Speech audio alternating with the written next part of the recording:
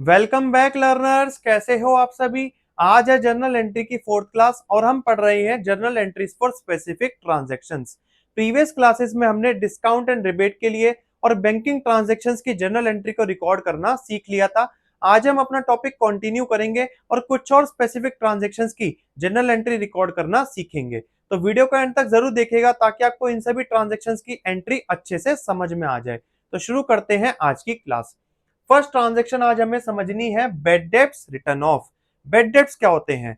जिन persons को हम goods sale करते हैं क्रेडिट पर, वो हमारे डेटर बन जाते हैं कि आज हमने उन्हें गुड्स उधार बेचे और कल डेटर्स हमें पैसा लौटा देंगे।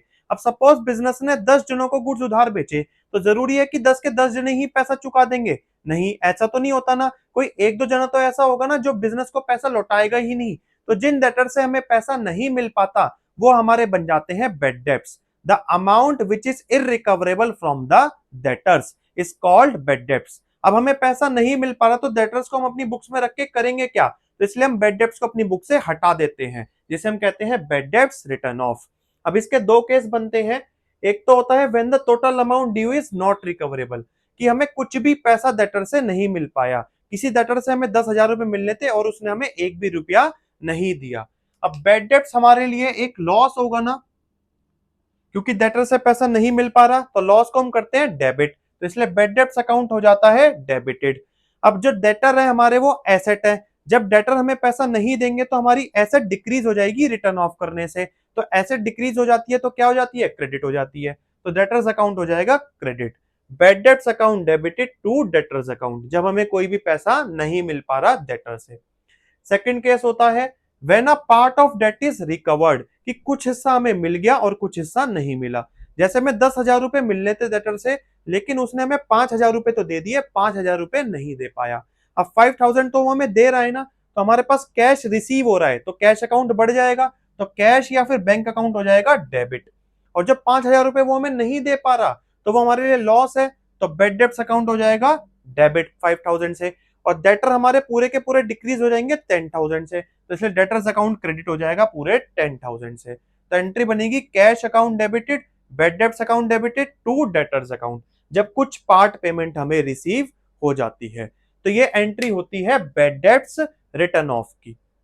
अब नेक्स्ट है हमारे पास बेड डेब्ट्स रिकवर्ड। कुछ बेड डेब्ट्स हमने पहले रिटर्न ऑफ कर दिए थे। कोई डेटर था राम नाम का, उसने हमें पहले पैसे नहीं दिए तो हमने उसको अपनी बुक से हटा दिया। लेकिन फ्यूचर में उसके पास पैसे आ गए और वो हमें पैसे देना चाह रहा है, तो हमें फ्यूचर में जो डेटर से पैसे मिलेंगे, अब वो डेटर तो हमारा रहा नहीं, उसे तो हम अपनी बुक से हटा चुके, तो वो हमारे कहलाएंगे बेड डेब्ट्स रिकवर्ड, कि डूबा हुआ पैसा हमें फ्यूचर में रिसीव हो गया। अब पैसा हमारे पास आ रहा है तो कैश या फिर बैंक अकाउंट हो जाएगा डेबिट। अब ये डेटर से नहीं आ रहा, क्योंकि डेटर तो हम अपनी बुक से पहले रिटर्न ऑफ कर चुके। ये आ रहा है डूबा हुआ पैसा, तो इसे हम बोलते हैं बेड डेब्ट्स रिकवर्ड। ये हमारे लिए एक इनकम बन जाती है और इनकम को हम करते हैं क्रेडिट। तो एंट्री बनेगी cash account debited to bad debts recovered account. अब हम एक क्वेश्चन के थ्रू देखते हैं कि बेड डेब्ट्स की और बेड डेब्ट्स रिकवर्ड की एंट्री हम कैसे रिकॉर्ड करते हैं। क्वेश्चन है हमारे पास, journalise the following transactions. First, ₹10,000 due from Ramesh are irrecoverable. Ramesh से हमें 10,000 रुपए मिलने थे जो अब हमें नहीं मिल सकते। तो ये पूरा का पूरा अमाउंट हमारा क्या हो जाएगा? बेड डेप्ट हो जाएगा, कि हमें डेटर से पैसा नहीं मिल पा रहा। तो इस ट्रांजेक्शन के लिए बेड डेप्ट हमारा लॉस है, तो बेड डेप्ट अकाउंट हो जाएगा डेबिट। और हमारे डेटर डिक्रीज हो जाएंगे और एसेट डिक्रीज होती है तो हम कर देते हैं क्रेडिट। तो एंट्री बन जाएगी bad debts account debited to Ramesh account. कितना अमाउंट था? 10,000। बेड डेब्ट्स के सामने डेबिट में लिख देंगे 10,000 और क्रेडिट में रमेश के सामने लिख देंगे 10,000। Being bad debts return of.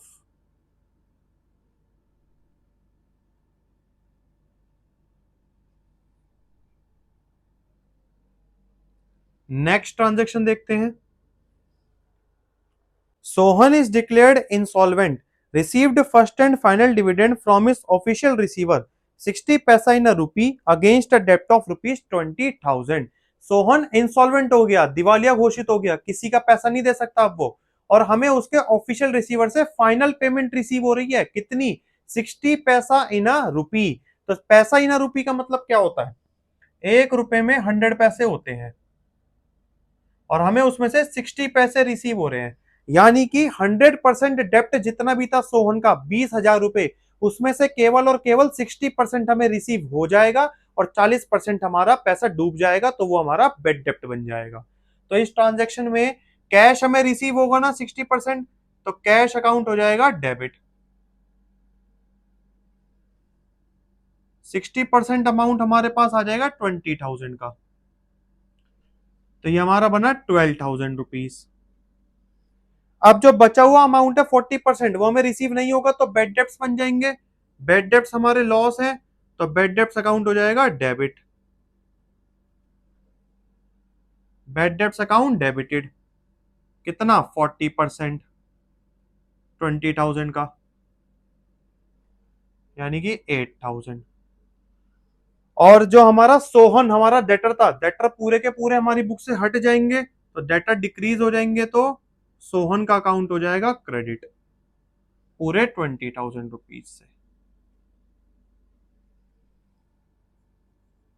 Being bad debts return off. तो ये थी हमारी एंट्री जब हमें पार्ट पेमेंट रिसीव हो जाती है और बचा हुआ पैसा हमें रिसीव नहीं हो पाता। नेक्स्ट ट्रांजैक्शन देख लेते हैं। Received cash ₹5,000 from Sam for bed debts return of last year. यहाँ पे ध्यान से देखना, यहाँ लिखा है bed debts return of last year. पिछले साल हम सैम के बेड डेब्ट्स बना चुके थे, यानी हम सैम को अपनी बुक से हटा चुके थे और अचानक से अब इस बार सैम ने हमें पैसा दे दिया। तो जब पहले डूबा हुआ पैसा हमें बाद में रिसीव होता है, तो इसे हम कहते हैं बेड डेब्ट्स रिकवर्ड। जब बेड डेब्ट्स रिकवर हो रहे हैं और हमारे पास पैसा आ रहा है, तो कैश अकाउंट हो जाएगा डेबिट। और ये डेटर से नहीं मिल रहा, डेटर तो हट चुके हमारे पहले, ये बेड डेब्ट्स रिकवर्ड है, तो हमारी एक इनकम बन जाएगी बेड डेब्ट्स रिकवर्ड, और इनकम को हम कर देते हैं क्रेडिट। तो एंट्री बन गई cash account debited to bad debts recovered account 5,000 rupees.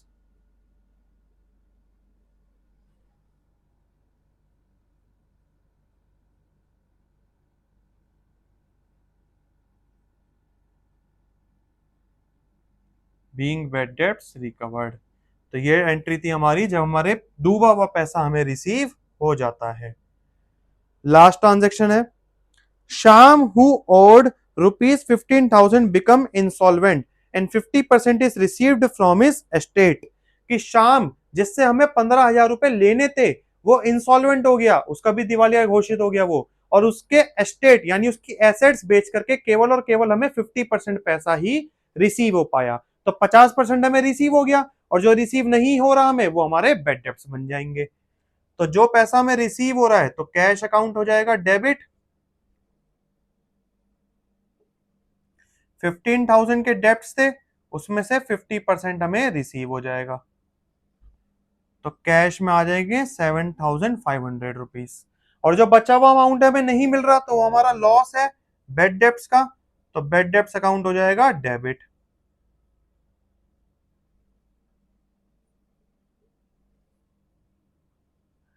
यहां पे बचा हुआ अमाउंट है 15,000 का ही 50%, 7,500 रुपीज। और हमारे डेटर डिक्रीज हो जाएंगे ना, तो हमारे डेटर डिक्रीज हो जाएंगे पूरे के पूरे 15,000 से टू शाम्स अकाउंट।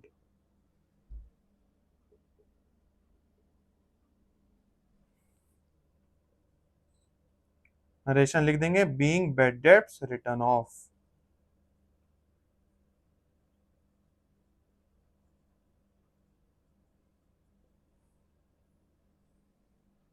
ऐसे रिकॉर्ड करते हैं हम बेड डेट्स और bad debts return of, bad debts और बेड डेट्स रिकवर्ड की एंट्रीज को। अब हम कुछ और ट्रांजेक्शन्स की जनरल एंट्रीज समझ लेते हैं।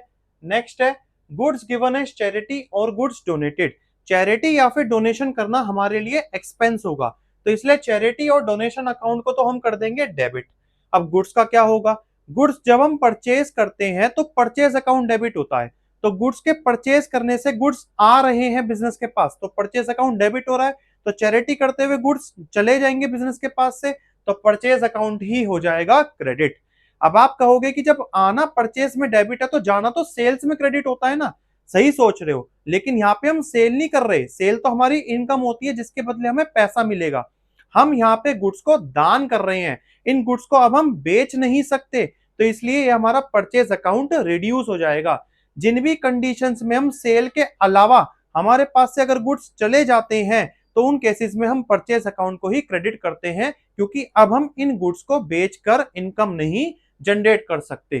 तो इसलिए यहाँ पर चैरिटी या फिर डोनेशन अकाउंट डेबिट हो जाएगा और परचेज अकाउंट हमारा हो जाएगा क्रेडिट, और नरेशन लिख देंगे बीइंग गुड्स डोनेटेड। ऐसे ही नेक्स्ट है गुड्स गिवन एज सैंपल। हमने सैंपल के तौर पे गुड्स बांट दिए अपने डिस्ट्रीब्यूटर्स में, जैसे एडवर्टीजमेंट कर देते हैं, सेल प्रमोशन भी बोलते हैं हम इसको। तो इस केसेस में हमारे पास एक्सपेंस हो रहा है, तो एडवर्टीजमेंट का एक्सपेंस नहीं है तो एडवर्टीजमेंट एक्सपेंस अकाउंट भी डेबिट कर सकते हो, या फिर सैंपल के नाम से भी डेबिट कर सकते हो, या फिर सेल प्रमोशन एक्सपेंस के नाम से भी डेबिट कर सकते हो। अब इस केस में भी गुड्स हमारे पास से चले जाएंगे लेकिन सेल नहीं हो रही उनकी, तो जब गुड्स हमारे पास से चले गए सेल के अलावा किसी पर्पज से, तो परचेज अकाउंट हमारा हो जाएगा क्रेडिट। तो एंट्री बनेगी samples account debited to purchase account, being goods distributed as sample.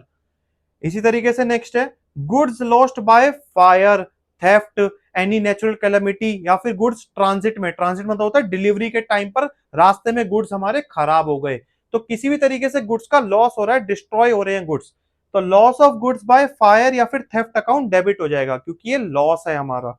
और इससे भी हमारी परचेज रिड्यूस हो जाएगी ना, क्योंकि गुड्स अब ये बिक नहीं सकते हैं हमारे, बेच नहीं सकते हम इन्हें, तो इसलिए परचेज अकाउंट हो जाएगा क्रेडिट। तो एंट्री बनेगी loss of goods by fire और theft account debited to purchase account, being goods destroyed. अब जो ये फायर और थेफ्ट वाला पॉइंट है, इसी से हमारे पास जुड़ा हुआ है if the goods were insured. Insurance क्या होता है? इंसानों का भी तो होता है ना, मेडिकल इंश्योरेंस, लाइफ इंश्योरेंस, तो ऐसे ही गुड्स का भी इंश्योरेंस होता है कि कभी भी कोई भी नुकसान हो जाए, जैसे मेडिकल इंश्योरेंस होता है कि हमें कभी भी चोट लग जाए या हम बीमार हो जाए तो हम हॉस्पिटल में अपना खर्चा इंश्योरेंस के थ्रू पे कर सकते हैं, इंश्योरेंस कंपनी पे करेगी। तो ऐसे ही गुड्स का भी हम इंश्योरेंस करवा के रखते हैं कि अगर गुड्स कभी खराब हो जाए, डिस्ट्रॉय हो जाए हमारे, जैसे कि फायर से, थेफ्ट से, नेचुरल कैलामिटी से, तो उन केसेस में इंश्योरेंस कंपनी से हम उसका कवरेज ले सकें और अपने नुकसान की भरपाई कर सकें। तो अगर हमने गुड्स को इंश्योर करवा रखा है और हमारे गुड्स का लॉस हो गया फायर या फिर थेफ्ट से, तो हम इंश्योरेंस कंपनी के पास क्लेम दर्ज करेंगे। तो व्हेन क्लेम इज लॉज्ड, तो क्लेम लॉन्च करते हुए एंट्री क्या होगी? अब हम इंश्योरेंस कंपनी को बता रहे हैं कि हमारे गुड्स का लॉस हुआ है तो आप हमें पैसे दे दो, तो हमारे पास एक एसेट बन जाएगी ना इंश्योरेंस कंपनी के नाम से, जो पूरी वेरिफिकेशन करने के बाद हमें उन लॉस के बदले में पैसा देगी। तो हमारे पास एक एसेट बन जाएगी इंश्योरेंस कॉर्पोरेशन अकाउंट डेबिटेड।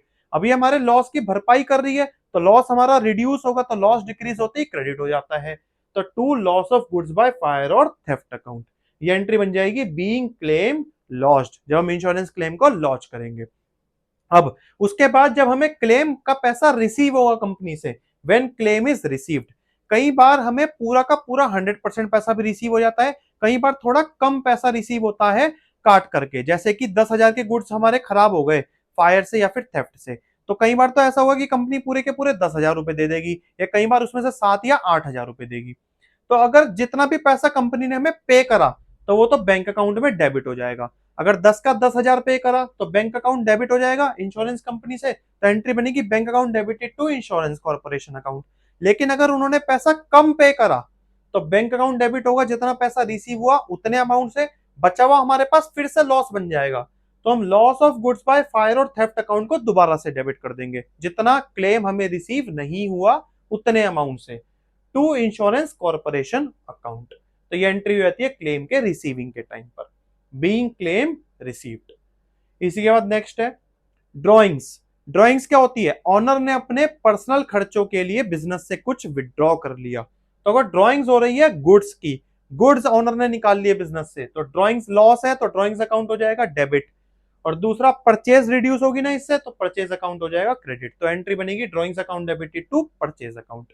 इसके अलावा ड्रॉइंग्स और कैसे हो सकती है? कैश भी निकाला जा सकता है बिजनेस से, बैंक से पैसे विड्रॉ हो सकते हैं बिजनेस के फर्म के बैंक अकाउंट से, कोई एसेट है बिजनेस की उसको पर्सनल यूज में ले सकता है ओनर, या फिर पर्सनल एक्सपेंस पे कर सकता है बिजनेस के पैसे से। तो इन सभी केसेस के अंदर ड्रॉइंग्स अकाउंट डेबिट हो जाएगा। और क्रेडिट में कैश डिक्रीज हो रहा है तो cash account, bank balance reduce हो रहा है तो इसलिए बैंक अकाउंट, और हमारी एसेट अगर यूज हो रही है तो एसेट का भी बैलेंस रिड्यूस हो जाएगा तो इसलिए एसेट अकाउंट क्रेडिट हो जाएगा। तो ये एंट्री होती है हमारी ड्रॉइंग्स की। अब हम एक क्वेश्चन के थ्रू देख लेते हैं इन ट्रांजेक्शन्स को हम कैसे रिकॉर्ड करेंगे। क्वेश्चन है हमारे पास, journalise the following transactions. First, cash withdrawn by the proprietor for personal use ₹2000। Proprietor यानी ओनर ने अपने पर्सनल यूज के लिए बिजनेस से कैश विड्रॉ कर लिया ₹2000 का। तो ये ड्रॉइंग्स बन जाएंगी ना। ड्रॉइंग्स के लिए हम क्या एंट्री रिकॉर्ड करते हैं? ड्रॉइंग्स करना कैपिटल को रिड्यूस कर देता है तो इसलिए ड्रॉइंग्स अकाउंट डेबिट हो जाएगा। तो ड्रॉइंग्स अकाउंट को तो हम कर देंगे debit.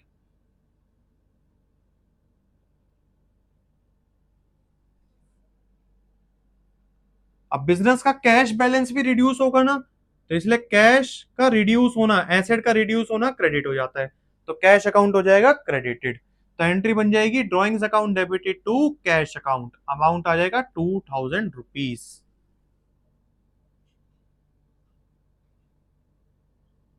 Being cash withdrawn for personal use.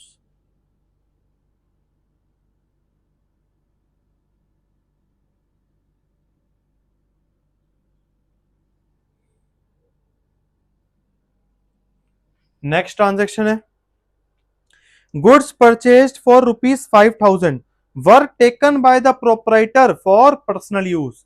कि ₹5000 के जो गुड्स थे प्रोपराइटर ने अपने पर्सनल यूज के लिए विड्रॉ कर लिए। तो ये भी ड्रॉइंग्स है, ये गुड्स की ड्रॉइंग्स है। तो इस एंट्री में भी ड्रॉइंग्स अकाउंट हो जाएगा debit.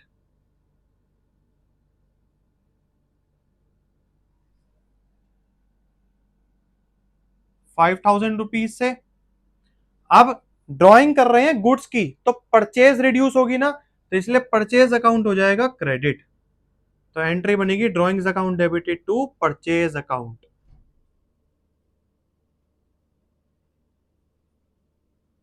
Being goods withdrawn for personal use.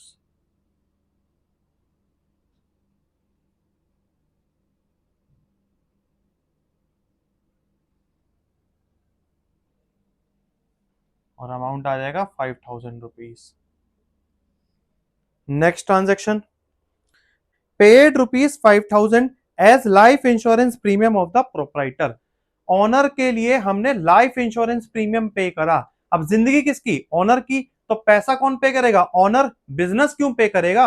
Business तो एक सेपरेट एंटिटी है ना ऑनर से। तो ऑनर का लाइफ इंश्योरेंस प्रीमियम है तो ऑनर को अपने पर्सनल खर्चे से देना चाहिए। तो अगर बिजनेस ऑनर का पर्सनल एक्सपेंस कोई पे कर रहा है तो ये बन जाएगी ड्रॉइंग, पर्सनल एक्सपेंस पे करना।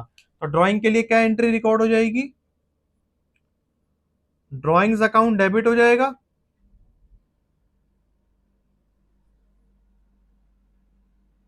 और कैश अकाउंट हो जाएगा क्रेडिट। तो एंट्री बनेगी drawings account debited to cash account ₹5000।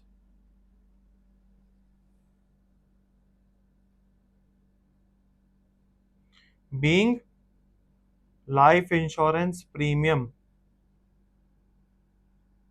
Of owner paid. कोई भी पर्सनल खर्चा हो ऑनर का, अगर वो बिजनेस पे कर रहा है तो वो ड्रॉइंग्स में ही काउंट होगा। नेक्स्ट है, goods uninsured of ₹3000 purchase cost were destroyed by fire. कि गुड्स थे ₹3000 के और उनमें आग लग गई। तो जब गुड्स आग से डिस्ट्रॉय हो जाती हैं तो हमारे पास एक लॉस बन जाता है ना, तो हम उसको लॉस को क्या कर देते हैं? डेबिट। तो loss of goods by fire account debit हो जाएगा।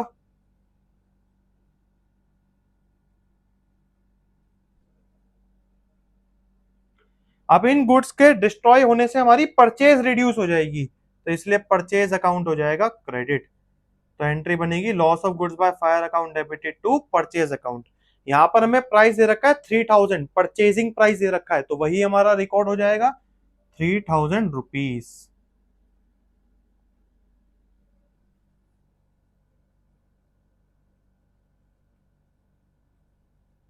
Being goods destroyed. अब यहां पर लिखा है गुड्स अनइंश्योर्ड, गुड्स का इंश्योरेंस नहीं था, तो हम इंश्योरेंस क्लेम तो लॉज ही नहीं कर सकते, तो बस हमें लॉस को अकाउंट कर लेंगे अपनी बुक्स में, इंश्योरेंस क्लेम के लिए कोई एंट्री नहीं होगी। नेक्स्ट ट्रांजेक्शन देख लेते हैं। इंपॉर्टेंट ट्रांजेक्शन है, ध्यान से समझना। Goods costing ₹1000 damaged by fire and insurance company accepted a claim of ₹800 and cheque is received from the insurance company. एक ही ट्रांजेक्शन में 3 जनरल एंट्री पास होंगी। कैसे, एक एक करके समझते हैं। सबसे पहले वो कह रहा है ₹1000 के गुड्स आग लगने से डिस्ट्रॉय हो गए, तो जब हमारे गुड्स खत्म हो गए, डिस्ट्रॉय हो गए, तो हम पहले लॉस को अकाउंट करेंगे अपनी बुक्स में। तो पहली एंट्री होगी हमारे पास लॉस के लिए, loss of goods by fire account debited.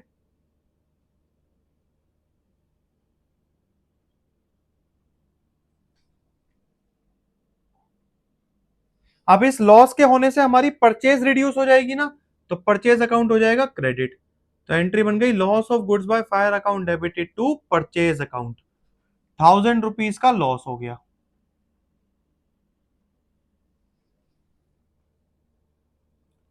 Narration लिख देंगे बीइंग गुड्स डिस्ट्रॉयड।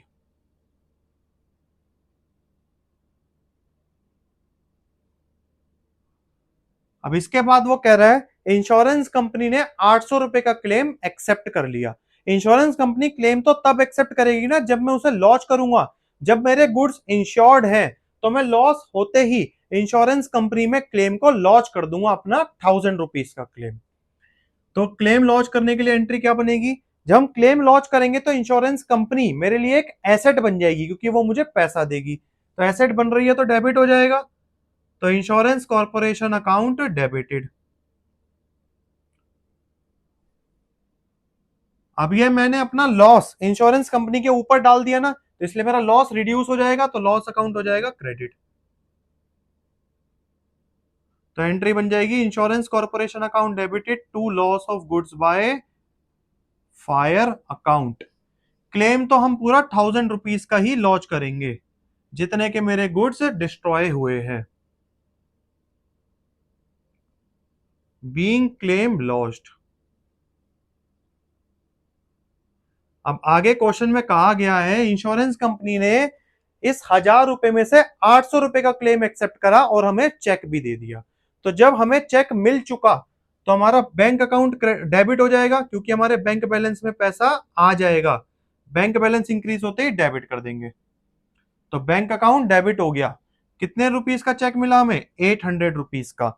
हमने क्लेम तो डाला ₹1000 का, चेक मिला ₹800 का, तो ₹200 का अब भी लॉस बचा हुआ है, वो कौन भुगतेगा, हम भुगतेंगे ना। तो इसलिए लॉस हमारा दोबारा से हो जाएगा debit.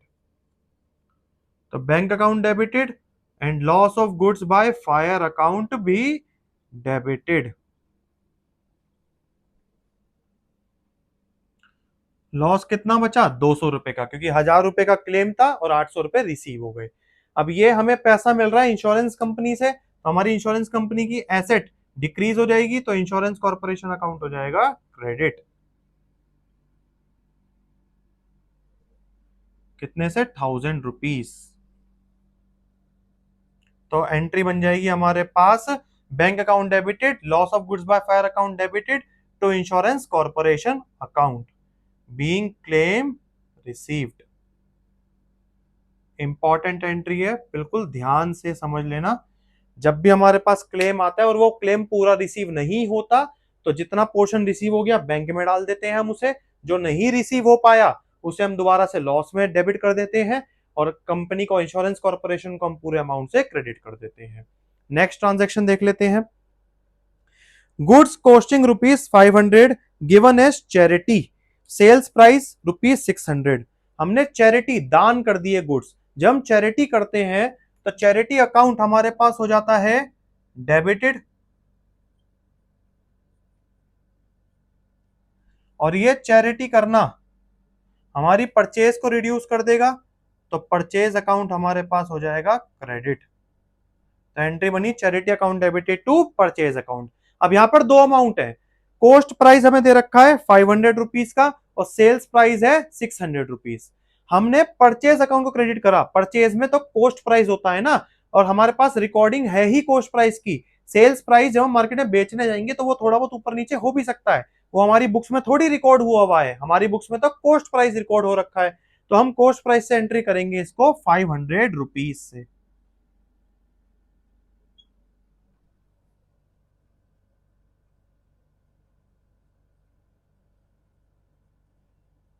Being goods donated as charity.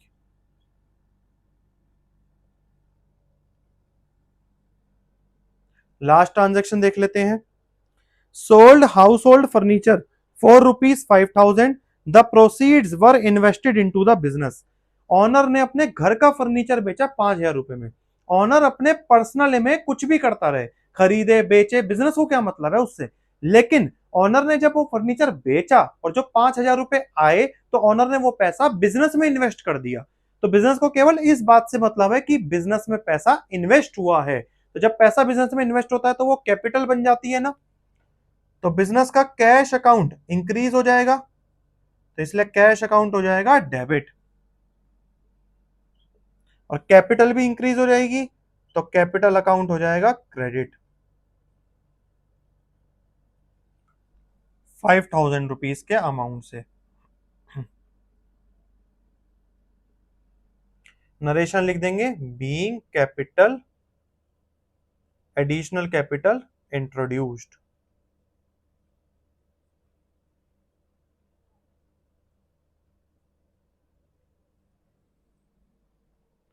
ये था हमारा क्वेश्चन। तो आज हमने बेड डेट्स और गुड्स से रिलेटेड ट्रांजैक्शंस की जर्नल एंट्रीज को रिकॉर्ड करना सीखा। आई होप आपको यहां तक का टॉपिक अच्छे से क्लियर हो गया होगा। आपको घर पे क्वेश्चंस की प्रैक्टिस जरूर करनी है ताकि आपको सभी जर्नल एंट्रीज को रिकॉर्ड करना अच्छे से समझ आ जाए। नेक्स्ट क्लास में अब हम और स्पेसिफिक ट्रांजेक्शन्स की जर्नल एंट्री को रिकॉर्ड करना सीखेंगे। तो जुड़े रहिएगा चैनल के साथ आगे की वीडियोस के लिए।